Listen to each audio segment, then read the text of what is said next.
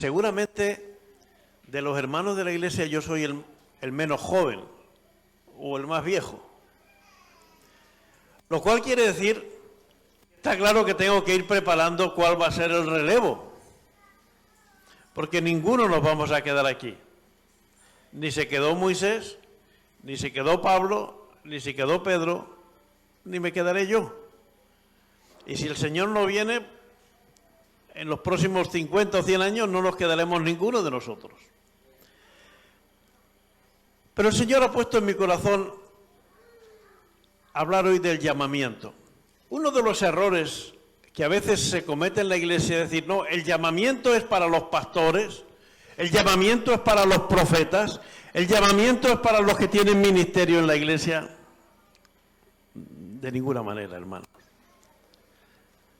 Dios nos ha llamado a todos. Gracias, hermana. Dios nos ha llamado a todos. Y en Romanos 1, del 1 al 7, hay 3 llamamientos.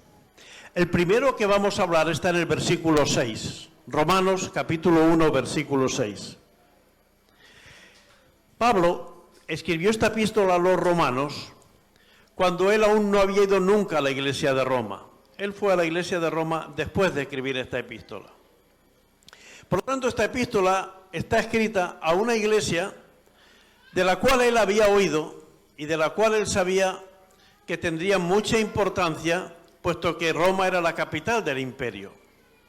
Y entonces lo primero que Pablo les dice, una de las primeras cosas, dice, entre las cuales estáis también vosotros llamados a ser de Jesucristo. No le dice llamados a ser la iglesia más importante del imperio de Roma. No dice llamados a ser la iglesia más poderosa. Hermanos, si algo nos ha llamado Dios, es a ser de Jesucristo. No somos de la iglesia embajadores de Cristo, primeramente. No somos de la iglesia de Conde de Barcelona. No somos de la iglesia pentecostal. No somos de la iglesia bautista. A eso no nos ha llamado el Señor. Nos ha llamado a ser de Jesucristo. Y una vez que somos de Jesucristo, ahí es donde empezamos a trabajar nuestro ministerio. Primera de Pedro, capítulo 2, versículo 9, dice, vosotros sois real sacerdocio, linaje escogido, pueblo adquirido por Dios, por aquel que os llamó de las tinieblas a su luz admirable. Dios nos ha llamado a salir de las tinieblas y a vivir en la luz admirable. Y los niños lo representaron muy bien. Y representaron incluso muy bien la niña que parecía que la iglesia no se enteraba de lo que pasa. Pero en el mundo hay adicciones, en el mundo hay enfermedad, en el mundo hay soledad, en el mundo hay vicio, en el mundo hay muchas cosas para las cuales la respuesta es los que hemos sido llamados a ser de Jesucristo. Jesucristo no ha llamado o no ha creado al hombre y a la mujer para estar esclavizado a una botella o a una jeringuilla o para vivir una amargura o para vivir en soledad. Por eso Él ha pensado en la iglesia como el lugar donde desarrollemos nuestros dones y ministerios. Por eso el Evangelio no es una religión, el Evangelio no es ir a un tipo de reuniones de vez en cuando, es el llamamiento que Dios ha hecho de dejar vivir en pecado para vivir en la luz. ¿Y cuál es la diferencia de vivir en la luz a vivir en las tinieblas? Que en la luz todo se manifiesta. Alguien preguntaba, si supieras que nunca se iba a descubrir, ¿tú cogerías dinero de la caja de tu empresa o de algún lugar? Y alguien me dice, bueno, si supiera que nunca se iba a descubrir, pues quién sabe. Pero es que el cristiano vive en la luz, vive en la claridad delante de Dios. Y en la claridad delante de Dios, la mentira, el orgullo, el adulterio, la avaricia, la codicia, todo eso sobra. Hemos sido llamados a vivir de las tinieblas a la luz de Jesús. El otro día escuché a un predicador decir, nunca nadie se ha arrepentido de haber conocido a Jesús demasiado pronto. Nunca nadie se ha arrepentido de conocer a Jesús demasiado pronto. Lo que sí a veces he escuchado a gente decir, si yo hubiera conocido a Jesús antes, no hubiera hecho algunas cosas que he hecho en mi vida. Por eso es tan importante que cuidemos a nuestros niños. Porque si guiamos a nuestros niños en los caminos del Señor, le vamos a evitar andar en muchas calamidades que el mundo seguro le va a ofrecer. Porque el mundo tiene la ventana abierta. Pero si les invitamos a esa comunión que en Jesús, ellos van a poder aceptar a Jesús en su niñez y de eso nunca uno se arrepiente. Nunca uno es de más. Por eso esa palabra del libro de Hebreos, si oyereis hoy su voz, no endurezcáis vuestro corazón. Somos llamados a ser de Jesucristo. Entre nosotros hay muchas nacionalidades. Hay ecuatorianos, hay colombianos, hay bolivianos, hay de Venezuela, hay de Salvador, hay de Guatemala, incluso algún español, ¿verdad? ¿Pero a qué somos llamados? A ser de Jesucristo. Porque eso nos va a dar una identidad extraordinaria. En el versículo 7 de Romanos 1 está el segundo llamado. A todos los que estáis en Roma. Fijaros que esta no dice a los líderes de la iglesia de Roma, a todos. Esta palabra del apóstol Pablo es una palabra para todos nosotros, hermanos y hermanas. A todos los que estáis en Roma, amados de Dios, llamados a ser santos. Llamados a ser santos. El segundo llamamiento que Pablo hace en estos pocos versículos es a ser santos. Y claro, yo sé que la palabra santidad, en un contexto en el cual muchos hemos vivido y conocemos de catolicismo romano, pues parece ser a personas de un nivel espiritual muy alto, a personas de un nivel moral excepcional, a personas que solo después de que se han muerto ya pueden ser reconocidos. Pero hermanos, Pablo no está escribiendo a los que habían vivido antes. Pablo estaba escribiendo a la iglesia de Roma. Pablo y la palabra de Dios nos está hablando a nosotros, los que estamos aquí en el Señor, llamados a ser santos. La vida cristiana, una vez que aceptamos el llamado a ser de Jesucristo, nos invita a un estilo de vida diferente. A un estilo de vida diferente. Y la diferencia que marca el estilo de vida entre uno que ha aceptado el llamado de Jesucristo y uno que simplemente lo ha oído es la santidad. A los creyentes de Roma, después de llamados a ser de Cristo, Pablo les dice a ser santos. Y una cosa que es evidente cuando uno lee la Biblia es que no se puede ser santo y vivir en pecado. No se puede ser santo y vivir en una constante mentira. No se puede ser santo y vivir en una constante hipocresía.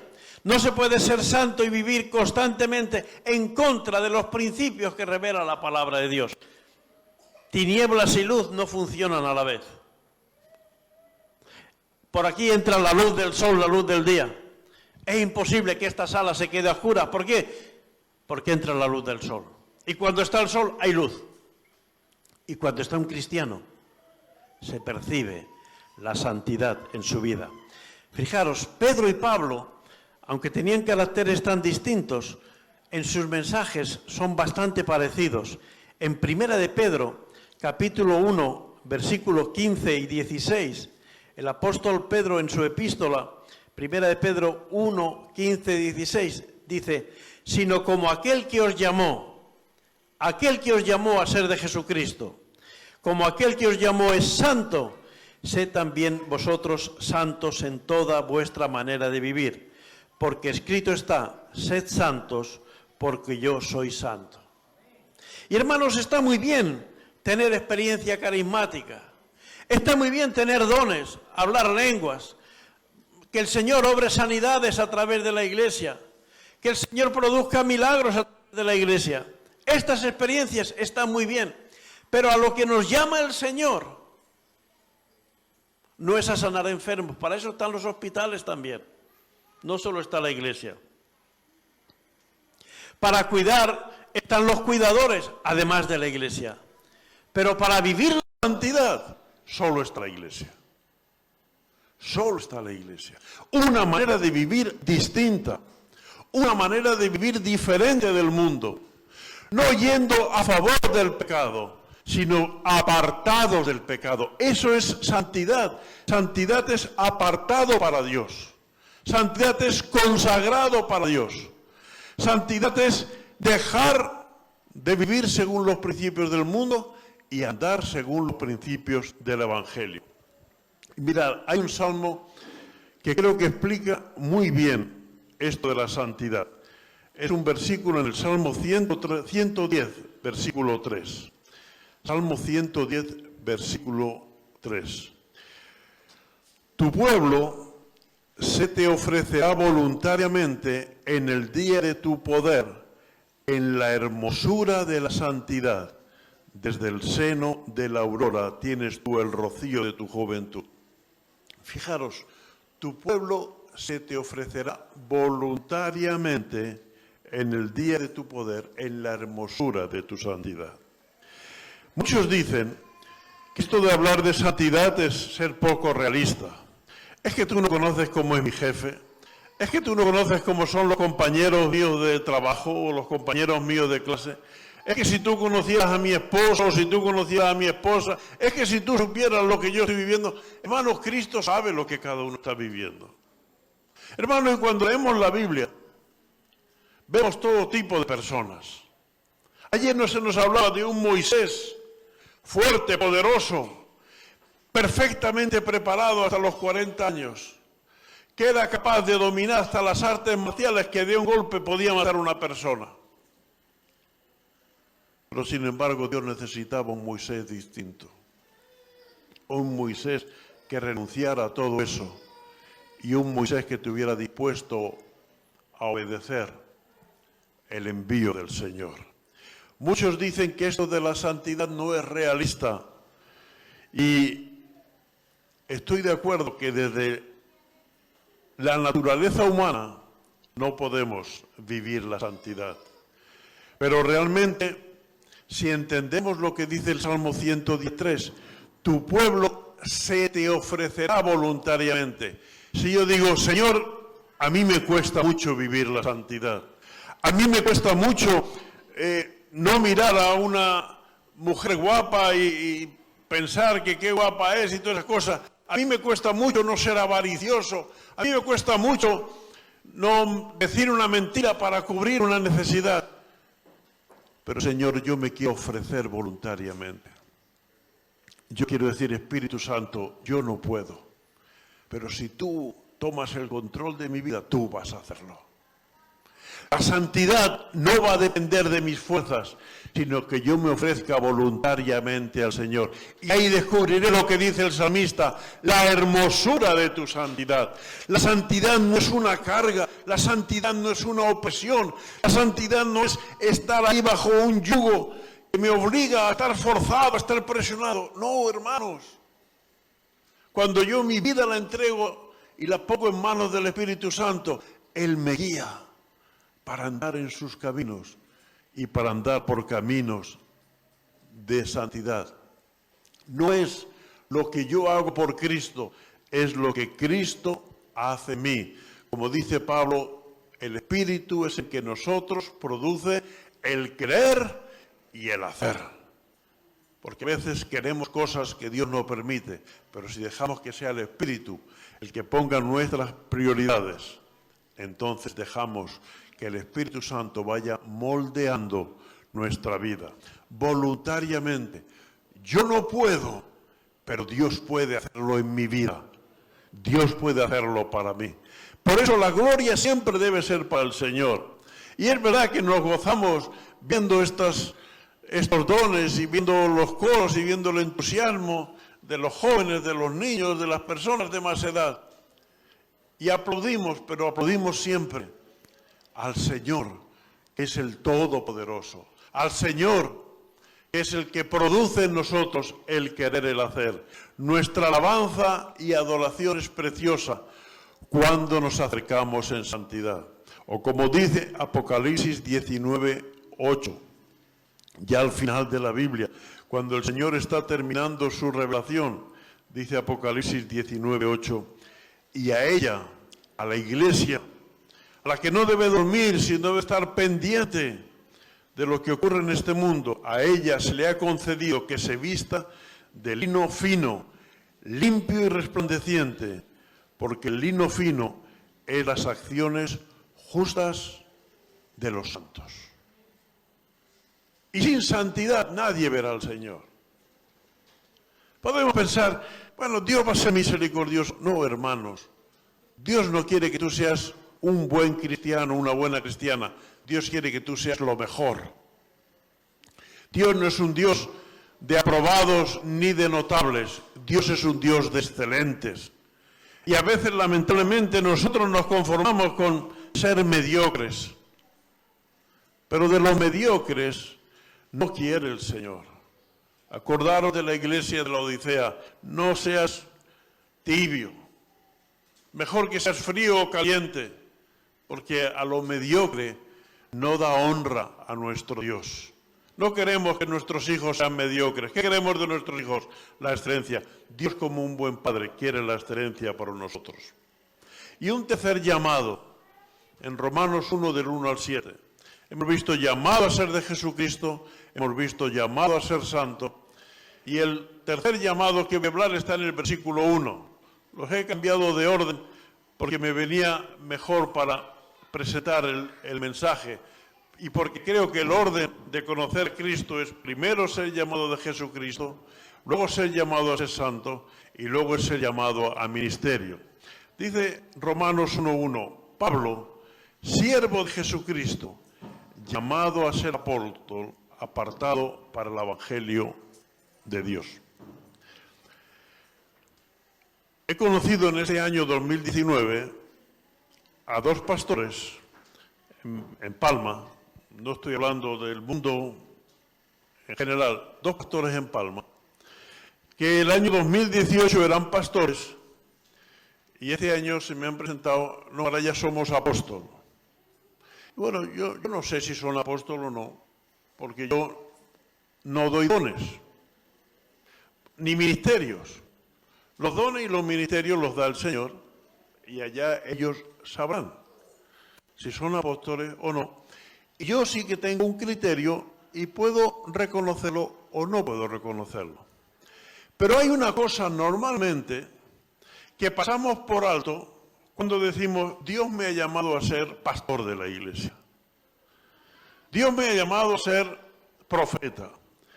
Yo soy profeta en el nombre del Señor, o yo soy apóstol en el nombre del Señor, o yo soy pastor en el nombre del Señor. Y es que antes de decir llamado a ser apóstol, hay una palabra muy importante en este versículo. Pablo, siervo de Jesucristo. Nadie puede ser llamado a un ministerio si primeramente no es llamado a servir. Si primeramente no es llamado. Jesús, ¿qué dijo? No he venido para ser servido, he venido para servir. Cuando el pastor se enseñorea de la iglesia, y si lo hago, hermano, vosotros sois responsables de discernir, el pastor no tiene derecho a enseñorearse de la iglesia. El pastor solo tiene derecho a servir a la iglesia. Y así el apóstol, así el profeta, así el maestro, así todos los ministerios. El llamado que hace Dios es a servir.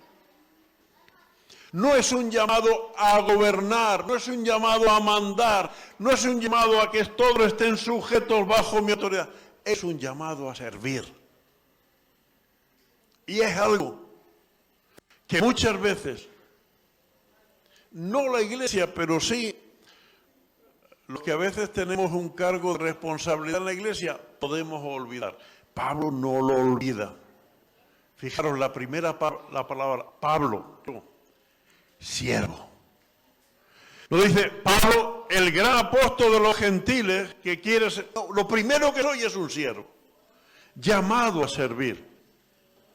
Quien no sirve para servir, bíblicamente no sirve para vivir. Y así de sencillo, y así de claro. Y hermanos y hermanas, Dios no quiere un número grande de miembros en la iglesia.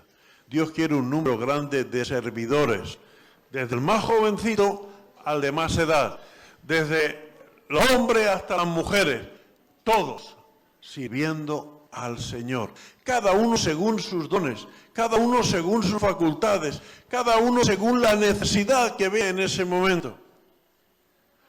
Es que no está el hermano que limpia el suelo que está sucio, pero he venido yo y veo que está sucio. ¿Qué me toca? Agachar y limpiar eso que está ahí. Claro.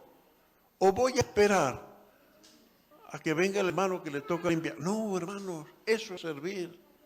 Servir es que cuando vengan los demás lo encuentren todo excelente.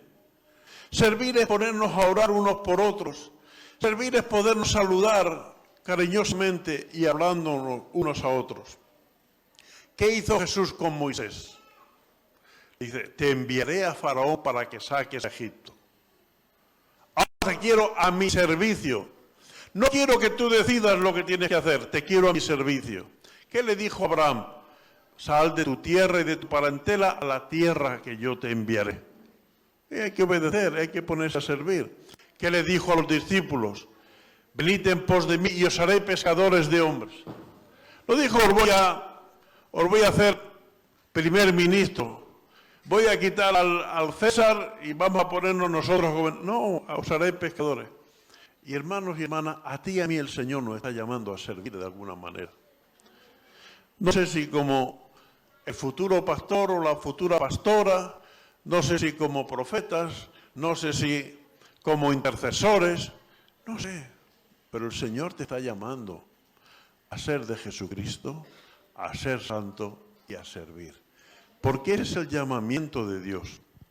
Hermanos, cuando el llamamiento de Dios ocupa nuestro tiempo, no tenemos tiempo para lo malo. No tenemos tiempo para lo malo. Leía un dicho, no sé si se dice en algunos de los países, también de los que vosotros venís, pero se dice, mientras la mula jalea, no puede patear. Mientras la mula jala, no puede patear.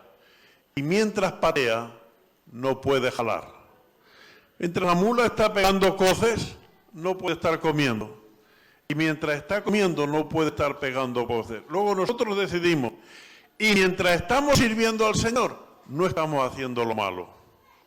Por lo tanto, si nosotros dedicamos al servicio y a la obra del Señor todo el tiempo de nuestra vida bajo la dirección del Espíritu Santo, hermano, automáticamente dejamos de hacer lo malo. Yo estoy dormido o despierto. Y cuando estoy despierto no estoy dormido. Y cuando estoy dormido no estoy despierto. Por tanto, si estoy sirviendo al Señor, no estoy haciendo nada malo. Es así de sencillo, es así de simple. Y a eso nos ha llamado el Señor. Y eso es vivir la santidad de una manera práctica. Nadie crea problemas estando al servicio de Dios. Al contrario, los soluciona. Es parte de la solución. Por eso, hermanos, quiero dejarles solamente estos 3 llamamientos y que ustedes lean un poquito estos versículos. Yo los he desordenado un poco, pero están en ese llamamiento. Llamados a ser de Jesucristo. El Señor te llama a ser de Jesucristo, a ser un seguidor de Jesús, a ser un fiel cristiano. Llamados a ser santos. En nuestra actitud, en nuestra forma de hablar, en nuestra forma de comportarnos en nuestras casas, en nuestros trabajos, en nuestros colegios, con nuestras amistades, con nuestros vecinos, llamados a ser santos. Y tercero, llamados a servir. En el lugar que ocupemos en la iglesia. Los que están manejando las letras, pues tienen que estar atentos. Los que ponen los micros tienen que estar atentos. El que viene a cantar aquí un coro es porque antes ha estado ensayando. Llamados a servir. Porque de esa manera, hermanos, atendiendo el llamamiento de Cristo Jesús en nuestras vidas, la Iglesia seguirá creciendo y prosperando. Creciendo y prosperando, no solamente en número, que también queremos conquistar almas para el reino de los cielos, pero creciendo nosotros en madurez, creciendo nosotros en compromiso con Dios, creciendo en ser más fieles seguidores de Jesucristo, en que la santidad sea más notoria delante de los demás y que el servicio sea agradable.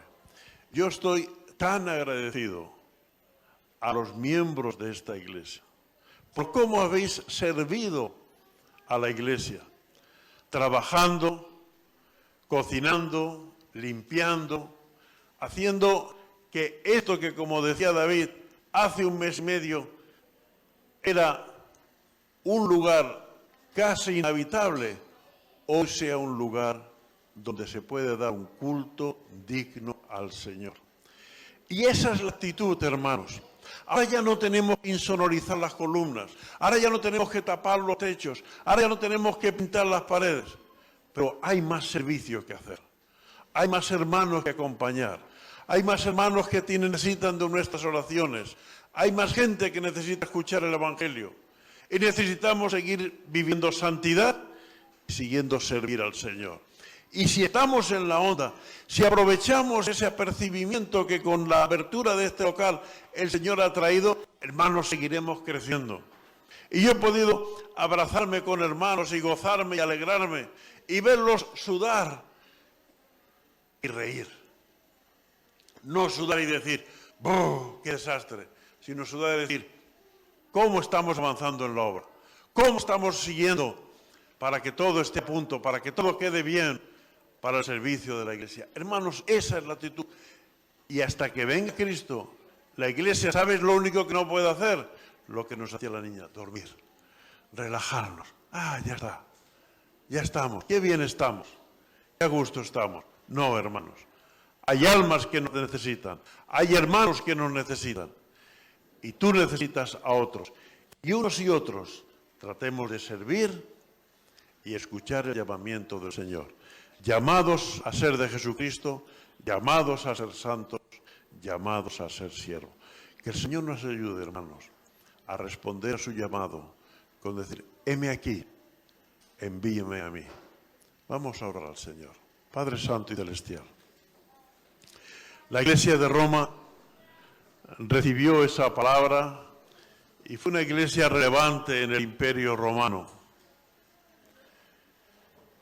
Que la Iglesia Embajadores de Cristo pueda ser relevante en este barrio de Peguarau. Ayúdanos a llegar a los sudamericanos, a los chinos, a los musulmanes, a los españoles que viven en nuestro entorno. Que nuestra santidad, que nuestro anhelo por servirte y el reflejar la gloria de Cristo en cada vida permita que alcancemos almas para ti y cada uno de nosotros podamos crecer en fe y en compromiso cristiano. Que en el nombre de Jesús lo pedimos. Amén. Que el Señor les bendiga, hermanos.